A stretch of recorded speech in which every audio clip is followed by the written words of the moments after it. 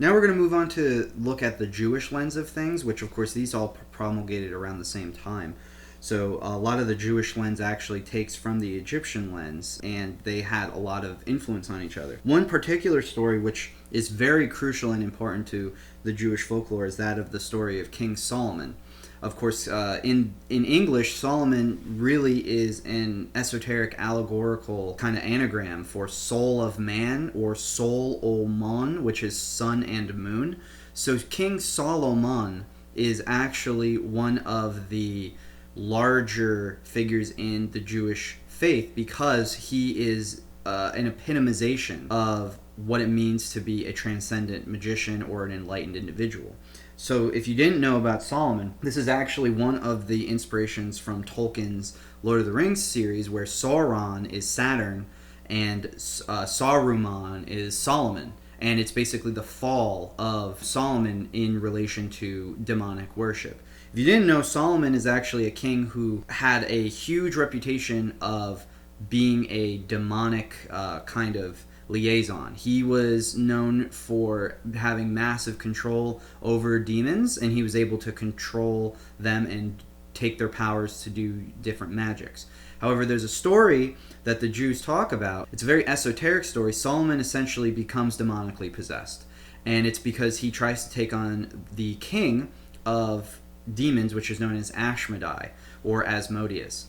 Ashmedai is a demon which incorporates and kind of epitomizes the genitals.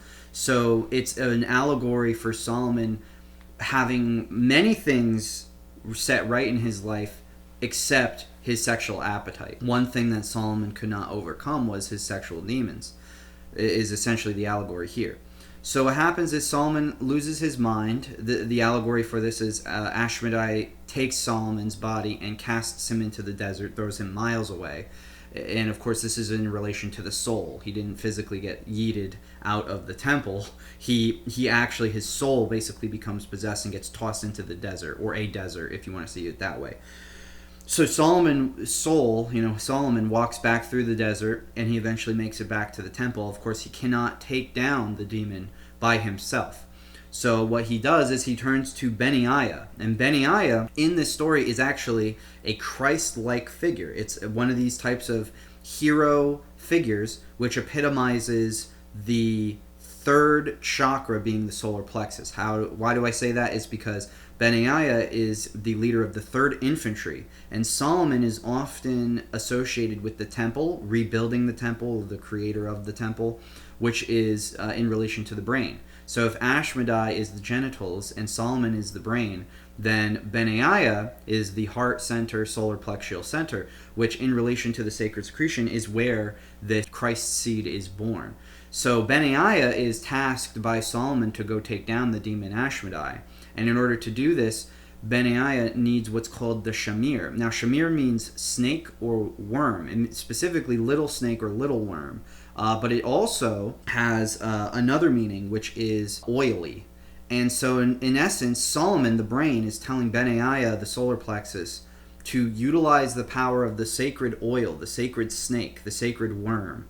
And this, in turn, subdues the demon Ashmedai, to which Benaiah is able to bring the demon all the way back to the temple, being the brain.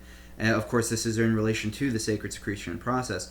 And King Solomon then uses the SHAMIR and the demon's power to rebuild the temple. And of course, this is in relation to using the lower chemicals and energies situated deep within the sacrum of the body to restore the health of the body via the brain's, I guess you could call it technology, the way that the brain functions. This is part of the cycle that is within our bodies. So this is another great allegory in the Jewish lens of the sacred secretion. The sacred secretion is also in the Kabbalah, and it is also in the story of the brazen serpent, as we see the people were essentially, set ablaze because of this brazen serpent. I believe they were set ablaze. Some of them died of disease and things of that nature, but there was a plague of sorts that befuddled the people due to this brazen serpent being essentially misunderstood and rejected. The brazen serpent was, I believe there was a plague put on them as punishment for something. I think it might have been related to it was related to the golden calf, I believe. And then I think actually God summoned literal snakes to bite the people, but they were sort of magic snakes, it's implied. And then he held up the brazen serpent and he said, any who look upon this will be cured. Yes, and that's exactly what it is. It's the rejection of the brazen serpent, which is, of course, the Kundalini serpent within man. This is essentially what casts plague upon us as human individuals, or at least that's a deeper meaning behind that story. But that's exactly why it's important to understand the Torah and the Zohar specifically, because those books are full of relevant information that pertains to sacred secretion itself.